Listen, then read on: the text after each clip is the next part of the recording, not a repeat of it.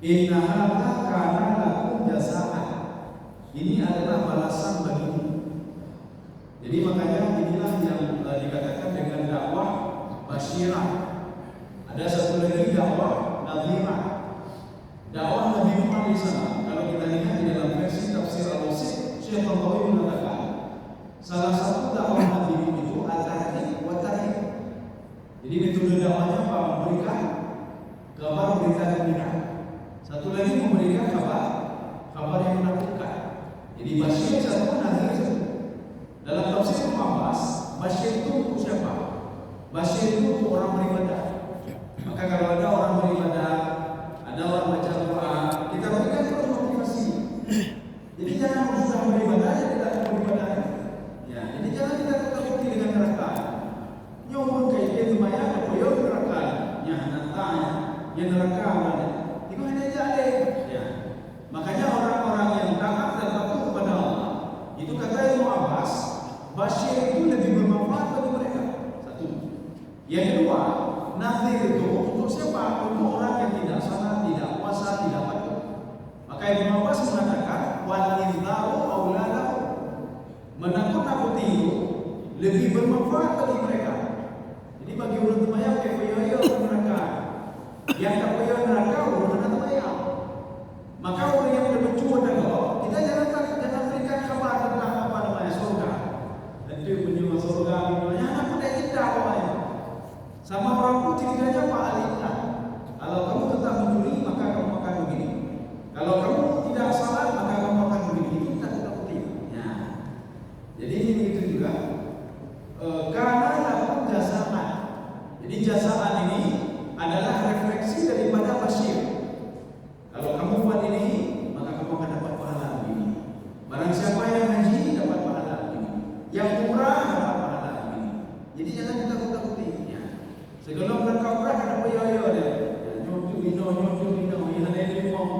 Ya, jadi kita ngomong yang positif, basyir. Maka akibat basyir itu apa? Jazaa. Maka semua dibalas oleh Allah Subhanahu wa taala.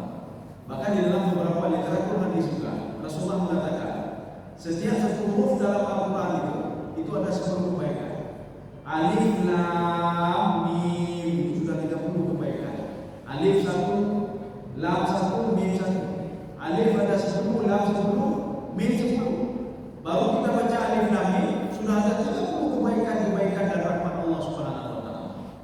Sekali kita salat sudah dapat pahala 27 derajat. Apabila berjamaah.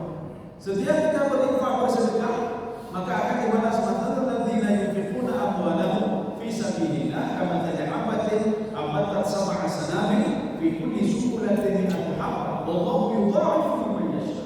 Maka dilipat gandakan itu kasih motivasi. Ya. Maka orang yang terang beribadah kasih motivasi, ini namanya jasa. Makanya setiap yang Allah lakukan itu ada balasan itu, ada sebabnya. Setiap Allah yang melakukan musibah, Allah turunkan musibah itu ada sebabnya juga. Jadi semuanya ada sebabnya. Sudah, ini yang pertama. Sekarang yang kedua, wa kana sa'yukum masyura. Coba dibaca ulang lagi. Dan usahamu dan segala usahamu diterima dan diakui Allah. Iya. Itu masyura. Itu makbulan wa mardiyah. Makbulan artinya apa? Makbulan itu diterima. Mardiyah diridai oleh Allah Subhanahu wa taala. Maka di dalam tafsir As-Sa'di yang dikatakan ibadah itu, nilai ibadah, kullu ma yuhibbullahu wa yudhihi. Setiap yang dicintai oleh Allah dan diridai oleh Allah itu ibadah. Apakah dia itu zahirah, ibadah yang nampak, atau batinah, atau tidak nampak? Maka kalau kita berbuat sesuatu itu dicintai oleh Allah dan diridai oleh Allah, maka itu apa dikatakan dengan ibadah. Maka masyhur di sini apa? Maqbulan wa mardiyah. Ibadah itu diterima dan diridai oleh Allah Subhanahu wa taala. Di dalam kitab Siratul Talibin pada juz 2 di situ cerita tentang al-azab wa thawab, azab dan pahala. Ada seorang murid Fudail bin Iyad. Waktu itu dia musakaratul maut. Fudail bin Iyad mendatangi muridnya. Ini nanti ada dalam kitab Siratul Talibin, adalah syarah dari Minhajul Hamidi. Ketika itu apa? Fudail bin Iyad membacakan surah Yasin. Faqara Yasin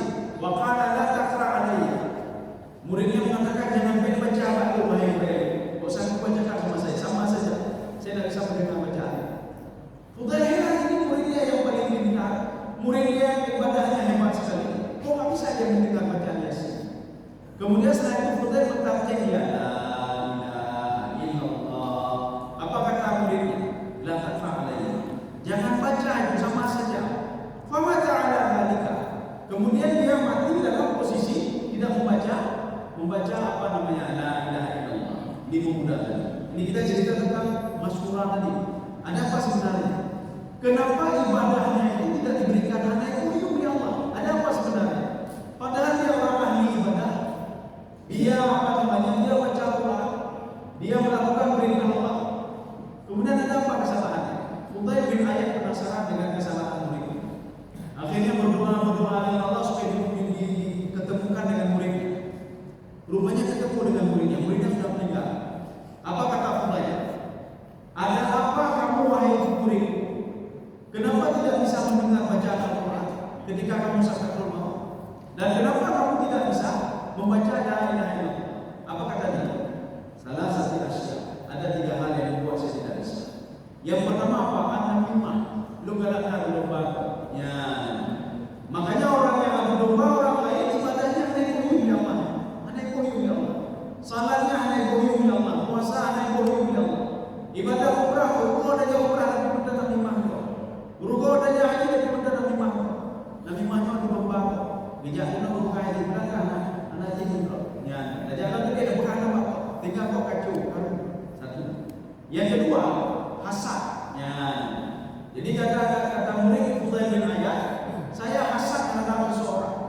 Saya melihat seseorang bahagia, saya tidak senang melihatnya seperti itu. Maka ibadahnya hanya untuk Allah Subhanahu wa taala. Yang ketiga, ataitu tabiban, saya mendatangi seorang dokter. Ataitu tabiban, fa amarani an ashrabal khamra. Dia memerintahkan saya untuk minum khamar supaya penyakit saya sembuh. Dalam setahun harus minum qadaham minal khamri. Jadi waktu itu katanya ataitu bi'ilatin. Saya mendatangi seorang apa namanya?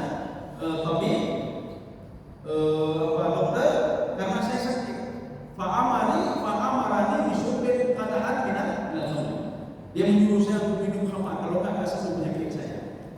Kemudian fasyaritu, saya minum kenapa? Supaya sembuh penyakit saya. Dia sudah syirik kepada Allah. Jadi artinya apa? Dia percaya kepada dokter itu yang pertama. Yang kedua dia minum yang haram.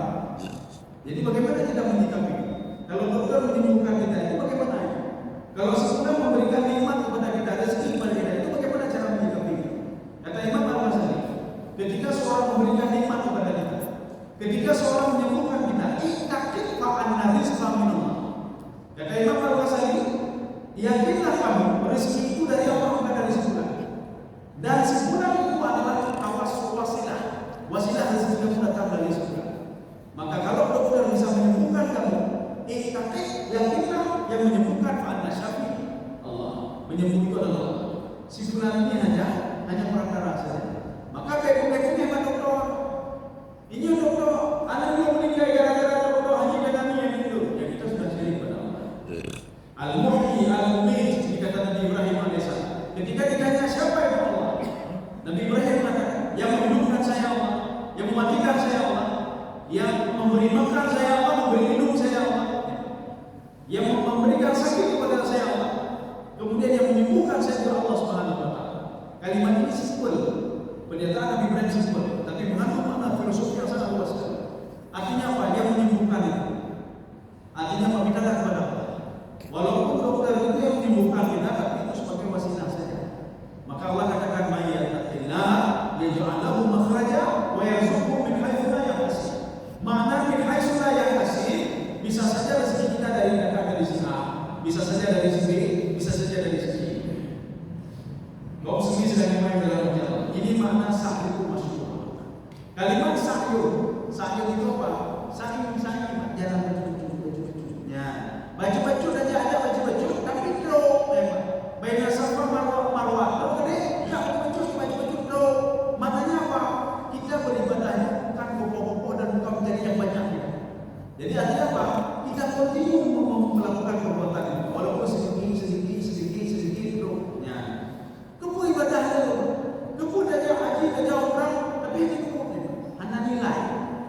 Jadi artinya apa? Itu haji berkumpul, haji lumrah, lakukanlah hal yang kecil tapi simpel, maka itu akan lebih berharga dan bermanfaat.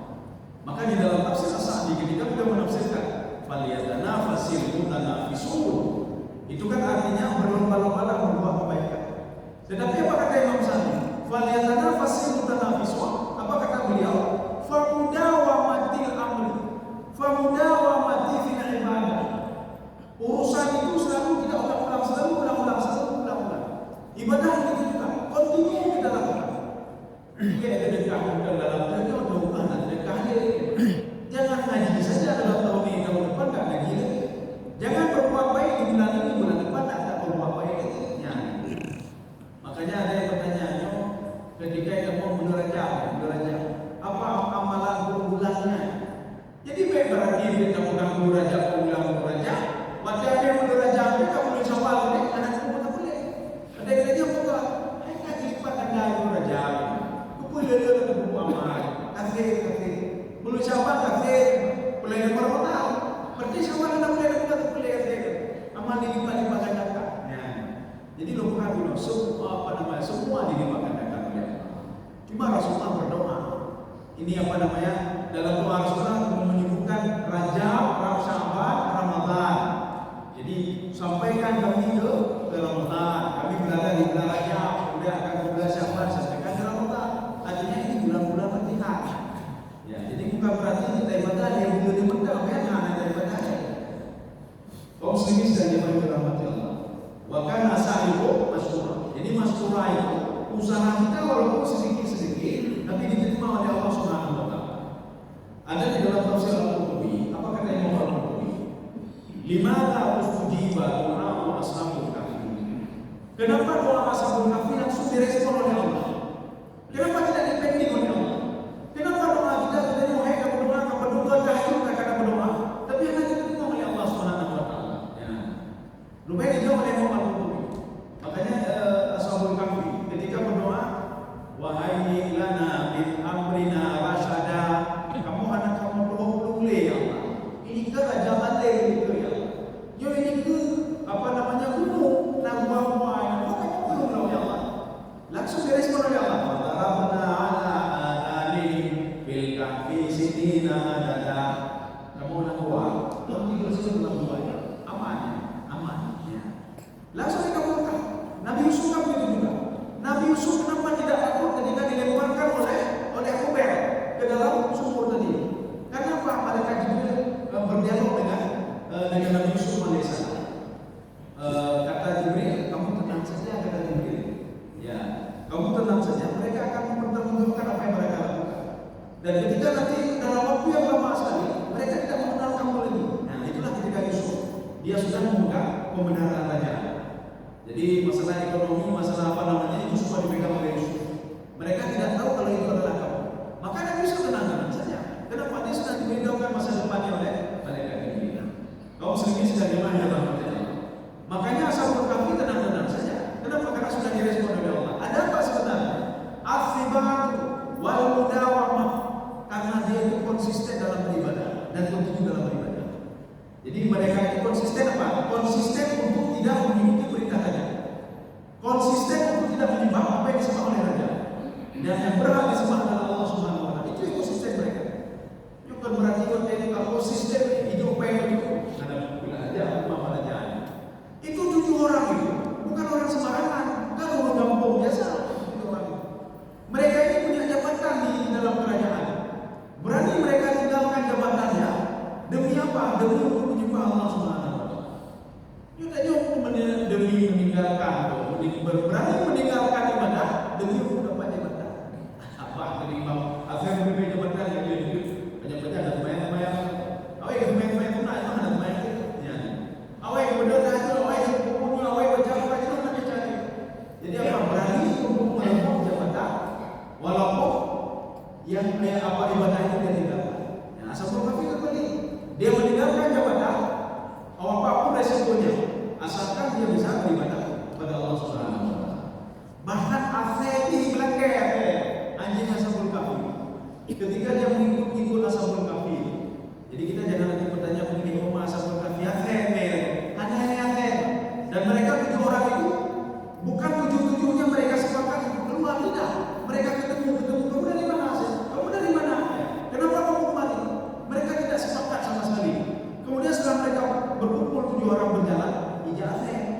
ya Pak, iya.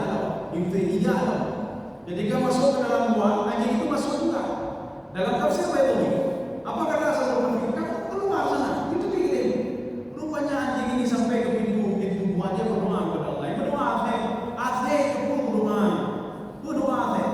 Ya Allah, jangan jauhkan saya dengan orang saleh ini. Itu pun Azeh jauhkan saya. Kita jauhkan dari mana? Urut boleh ini orang saleh Azeh itu pun tadi. Makanya dia itu apa? Dira'i bil wasid. Dia letakkan tangannya di depan pintu dan dia tertidur. Dan dia dijaga oleh Allah. Maka mendemai berkah saya. Maka karena itu orang saleh. Kalau sini saya dapat Allah itu yang dimaksud maka nasa itu masuk. Di dalam kitab Fudail bin Iyad, apa kata Fudail bin Iyad? Kalau mau ibadah diterima oleh Allah, baik ada puasa, baik ada berdua di mana, baik ada baca Quran juga, baca Quran namanya itu. Ada kebaya namanya itu. Kita capek kita bangun malam, kita capek kita uji, tapi tidak ada apa-apa. Apa kata Fudail? La budda ayat wafa syartan asasian. Harus ada dua syarat. Kalau ibadahnya mau dikabulkan oleh Allah. Yang pertama al-ikhlas. Ikhlas beribadah karena Allah. Jadi bukan karena Allah tadi. Tak benar bukan karena Allah tadi. Memang karena hati ini menuntut untuk dekat dengan Allah. Makanya di dalam ilmu Arabi mengatakan, pada hakikatnya itu roh ini dekat sekali dengan Allah. Roh ini dekat sekali dengan Allah. Tetapi tak karena dia sudah menyatu dengan Allah. Ini ada juga dalam tafsir Sawi. Dia sudah mulai jauh dengan Allah. Kata lena ke dunia. Nah, kata rumah lega rumah lega rumah ini namun nanti ada dapatkan. Yang kedua orang karena sudah menyatu dengan tubuh, dia sudah melayani tubuhnya. Di mana? Whatever dia baru dia. Jadi makanya itulah kita butuh pada zikir. Kenapa butuh pada zikir? Karena roh dulu itu dia dekat sekali dengan Allah Subhanahu wa taala. Maka karena dia dekat dengan Allah, dia kalau ketika kita berzikir, ketika kita dengar lagi kepada Allah, maka keluar zikir. Kalau orang yang keluar zikir, keluar ke zikir, sudah dia lalai dengan dunia, tidak berzikir lagi kepada Allah Subhanahu wa taala. Makanya yang pertama itu al-ikhlasu lillah. Ikhlas karena Allah beribadah. Jadi bukan karena yang lain. Karena hati ini menuntut untuk selalu dekat dengan Allah. Jadi bukan karena gara-gara satu. Yang kedua harus ibadah itu harus benar. Kalau ibadah tidak benar atau tidak salah satunya kurang, amalnya ditolak oleh Allah Subhanahu wa taala. Maka ketika kita berinfak bersedekah, kita harus ikhlas. Yang kedua punya ilmu. Baik aja sedekah dengan Allah dan sedekah dengan lain. Karena tidak punya ilmu. Zakat begitu juga. Atau salat begitu juga. Kita salat kita sudah ikhlas tapi tidak benar. Maka amalnya ditolak oleh Allah Subhanahu wa taala. Makanya kita disuruh dituntut belajar. Pakai baca raka'at, pakai banding, pakai baru, pakai baca sujud. Maka Rasulullah mengatakan jangan kamu sujud seperti sujudnya unta. Tiba sujud unta. Duluan itu aja roh aja baru duduk. Aji perhatikan unta itu kalau dia mau duduk. Unta kalau mau duduk, nanti budi bagi duduk jika kalau unta mau duduk begini. Dia letakkan tangan dia ke depan kaki dia ke depan baru dia duduk. Kita bagaimana kita tidak nilai Pak. Dia unta. Dan Rasulullah juga mengatakan jangan sujud seperti sujudnya anjing. Sujud lagi suka Jadi artinya apa? Kita paling tak punya ilmu. Bagaimana sujud, bagaimana rukuk, bagaimana baca Fatihah, bagaimana i'tidal, bagaimana bacaan paling tak buku. Bagaimana kalau salatnya batal, apa yang kita lakukan? Ya, sudah selesai. Inna nahnu nazzalna 'alaikal Qur'ana tanzila. Sesungguhnya kamilah yang menurunkan Al-Quran kepadamu Muhammad secara berangsur-angsur. Ya. Kami kita bilang inna nahnu nazzalna 'alaikal Qur'an tanzila. Ini dibilang dua kali. Nazzala tanzila. Ini namanya maf'ul mutlaq namanya. Ya, maf'ul mutlaq. Artinya Allah ingin menguatkan bahwa Al-Quran itu diturunkan oleh Allah kepada Nabi Muhammad SAW. Perhatikan baik-baik dalam Al-Quran. Ada kalimat anzala, ada nazzala. Ini nazzala. Dalam ayat lain anzalna.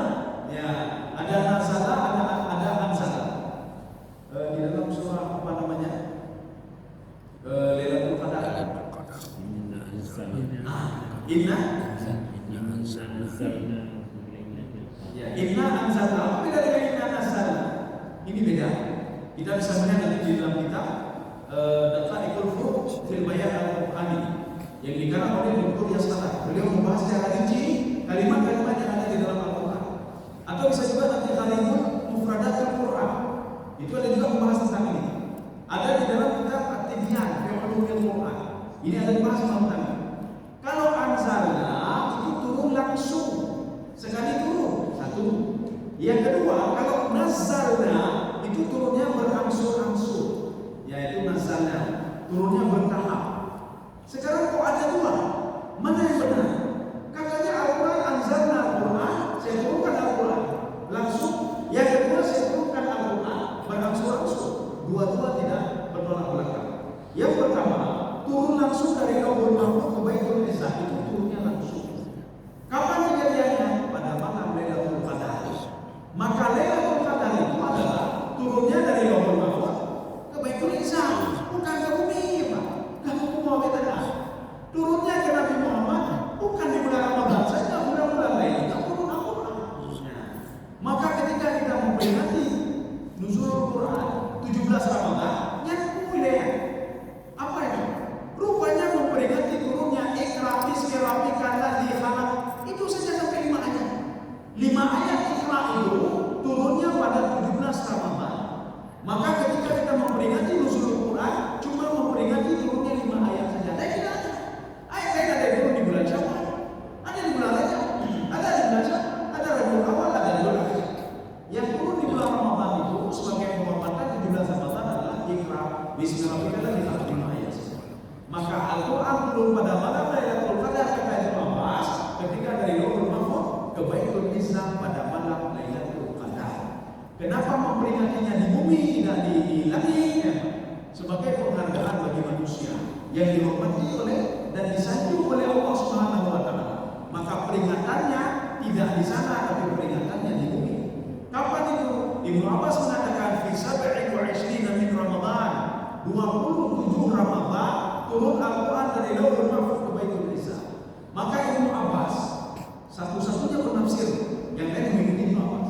Satu-satunya penafsir yang mengatakan kalau peringatannya 27 Ramadan, maka di bumi juga 27 Ramadan. Maka Lailatul Qadar 27 Ramadan. Beliau membawa logika. Bagaimana logika? Kalau kita memperingati hari kemerdekaan atau apalah misalnya, ya. Kalau kita bawa ke kita 7 Agustus. Apakah kita membuatnya 18 Agustus? Tidak, tetap 17 Agustus. Ya, tetap tanggal 17 Agustus. Jadi tidak 18 Agustus, 19 Agustus. Walaupun kejadiannya di Jakarta, kita memperingatinya di sini. Walaupun kejadiannya di Baitul Izzah, kita memperingatinya di bumi. Ya. Ini makna inna nahnu nazzalna Quran. Jadi kami turunkan Al-Quran itu secara bertahap-tahap. Nanti akan kita lihat di dalam kitab Ushul Tafsir wa Qawaid Al-Burhan fi Ulumil Quran, Al-Itqan fi Ulumil Quran. Itu disebutkan kenapa Al-Quran tidak turun langsung kepada Nabi Muhammad. Yang pertama apa? Lil ijabah, untuk menjadi jawaban bagi pertanyaan-pertanyaan yang muncul pada masa Nabi Muhammad SAW. Yang kedua, untuk menenangkan Nabi.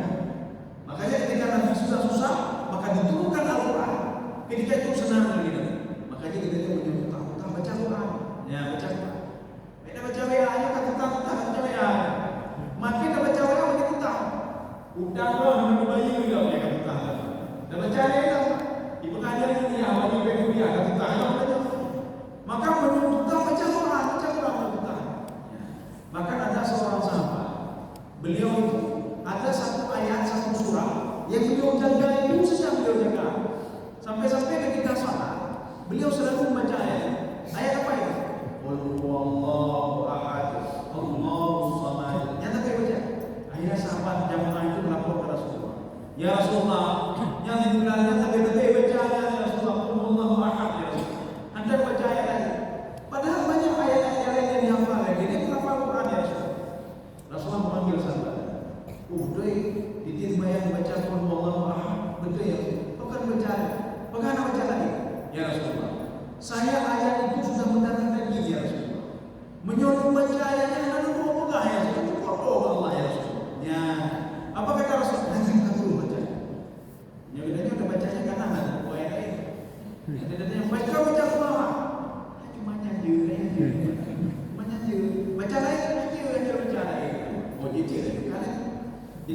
untuk ini. Kita juga jangan negatif thinking ya. Sama imam nanti kalau baca ayat, kan jangan sampai baca. Pokoknya baca ayat itu imam itu mungkin apa? Dia memang baca ayat itu sudah mendarati ayat, sudah menyatu dengan tubuhnya. Artinya apa? Memang semangat ketika baca ayat, semangat baca ayat. Jadi paling tidak apa? Siapkanlah 2 ayat atau 3 ayat. Baca nyanyi itu untuk apa? Ketenangan jiwa. Apalagi kita paham apa yang kita baca. Kalau sini sekali jemaah menjelaskan. Sudah, sekarang kita lanjut. Ini tanzila ini apa? Tanzila ini, ini adalah masdar dari nazala. Nazala, yunazilu, tanzila. Ini namanya maf'ul mutlaq. Maf'ul mutlaq mengulangi kata kerja dalam bentuk masdar. Ya. Nazala, bagaimana nazala? Tanzila. Ini termasuk juga kalau kita menguatkan bahwasanya Al-Quran diturunkan pada Nabi Muhammad secara bertahap-tahap. Jadi selama umur Nabi kan diangkat Rasul 40 tahun. Nabi meninggal dunia 63 tahun. Berarti 23 tahun turun Al-Quran secara bertahap. Apakah periode Madinah atau periode Mekah? Ya, sehingga ada Madani, ada Makki. Maka turun selama 23 tahun. Makanya Nabi Muhammad SAW ketika mendakwahi Abu Lahab, mendakwahi Abu Jahal, mendakwahi Walid al-Mughirah, mendakwahi Asy-Syafi'i, beliau merasa susah. Bukan Anda beriman ini. Akhirnya turun ayat Al-Quran untuk menguatkan 2 nabi. Ya, apa untuk ayat Al-Quran? Kullu nafsin dha'iqatul maut. Yang Muhammad, setiap orang itu akan mati. Apa maksudnya?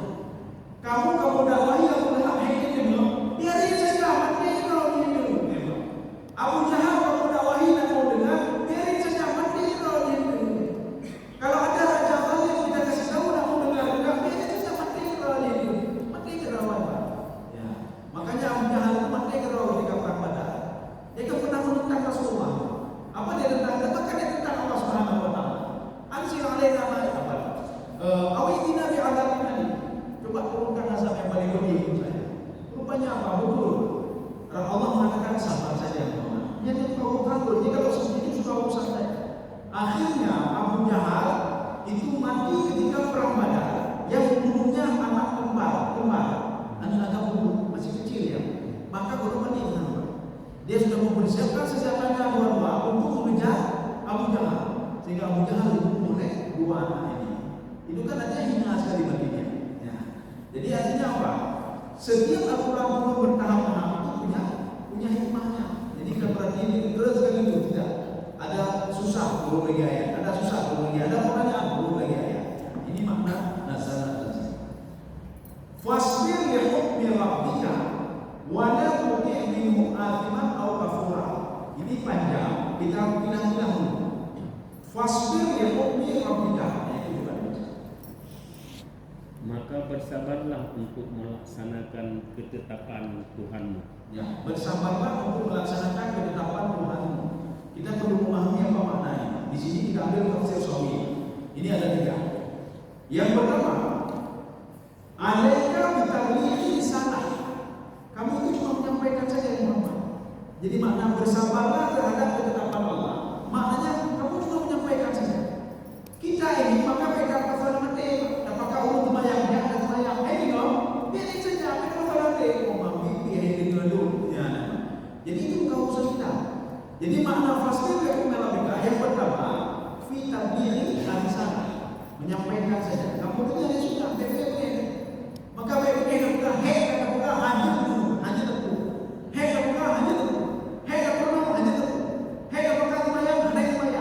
Itu jangan sekali-sekali luar seperti itu.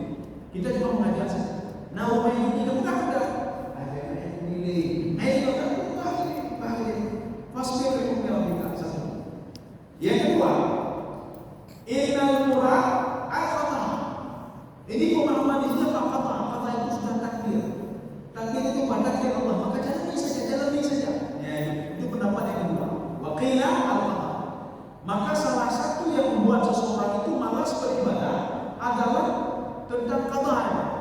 Jadi kita sudah cerita ada al-rizqu. Ya. Kemudian ada al-akhbar. Yang ketiga al-qata'. Qada' itu apa?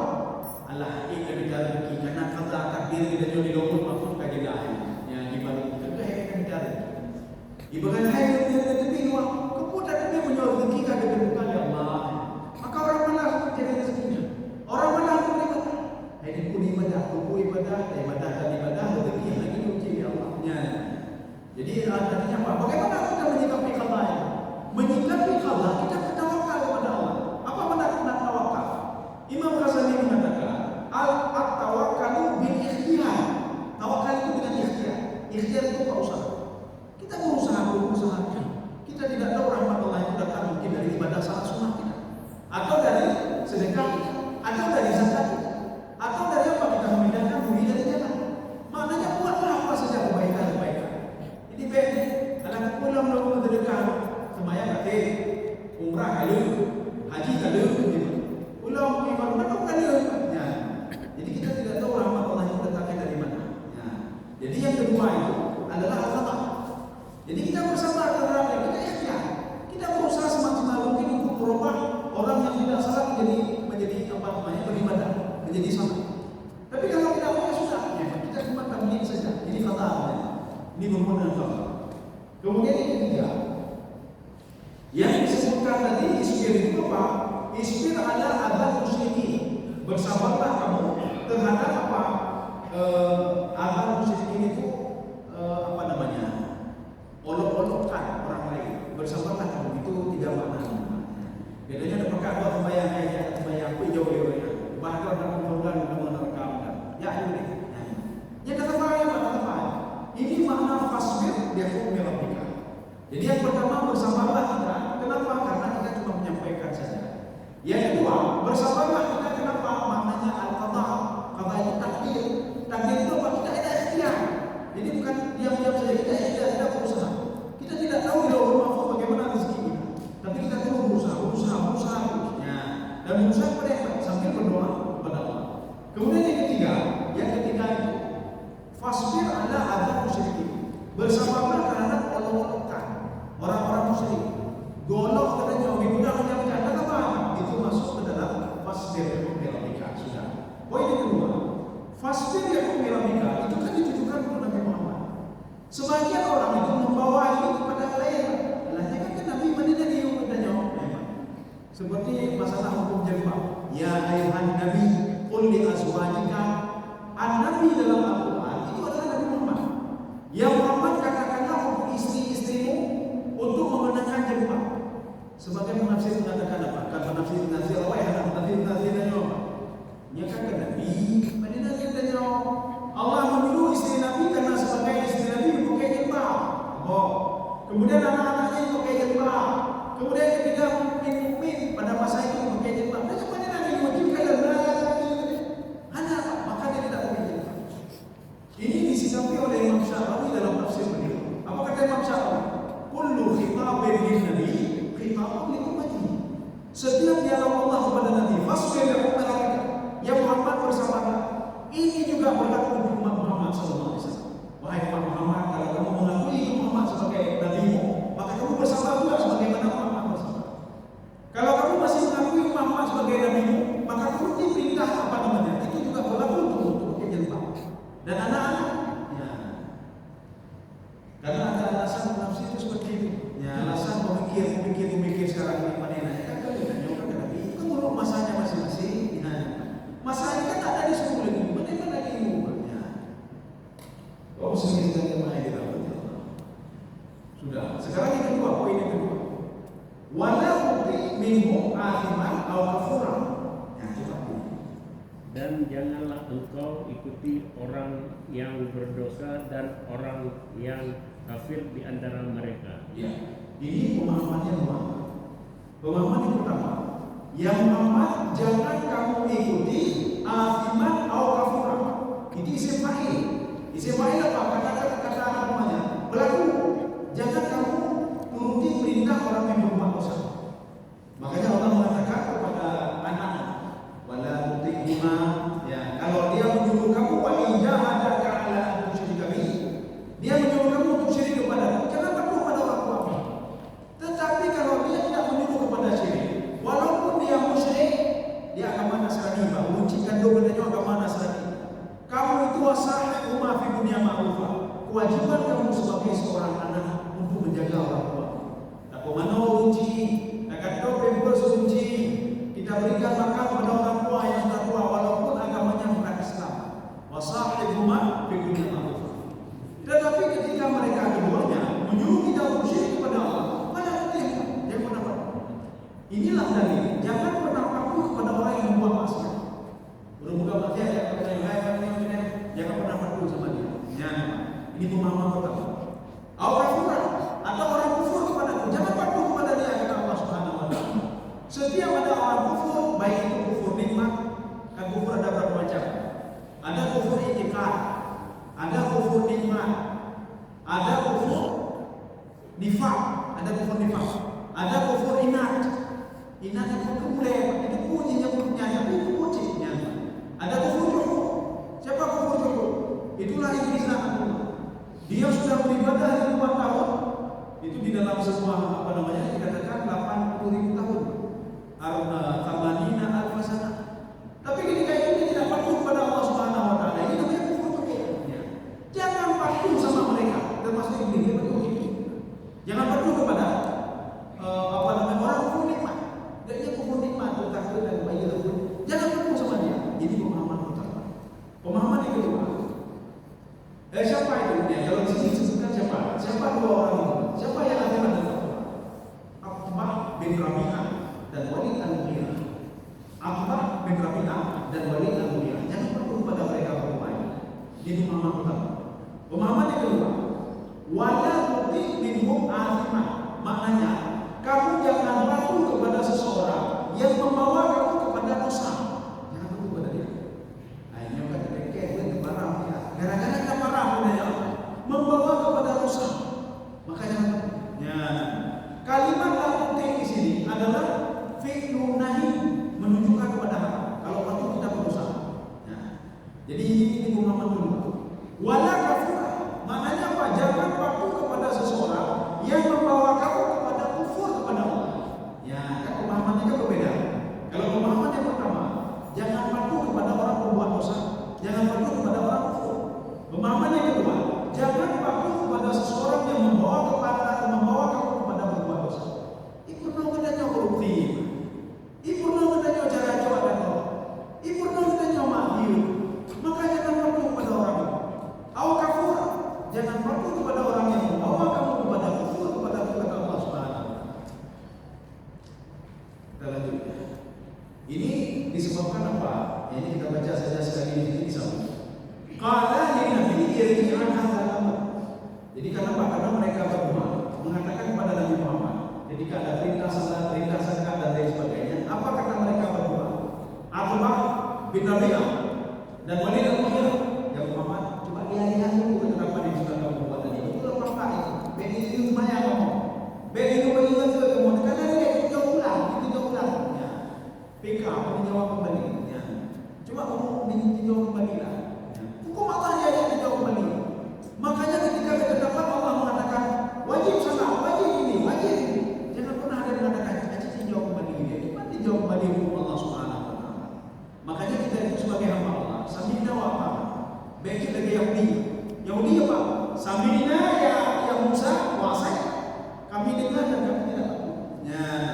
Berarti mereka ngomong di kehidupan Nabi Musa alaihissalam. Sami'na wa asai. Kami ajarkan kamu ajarkan kami dengar, tetapi kami tidak patuh. Jadi maka kita sebagai hamba Allah, apapun konsekuensinya, apapun perintahnya, itu semua demi kemaslahatan kita jauh. Kemaslahatan Allah tak boleh katanya.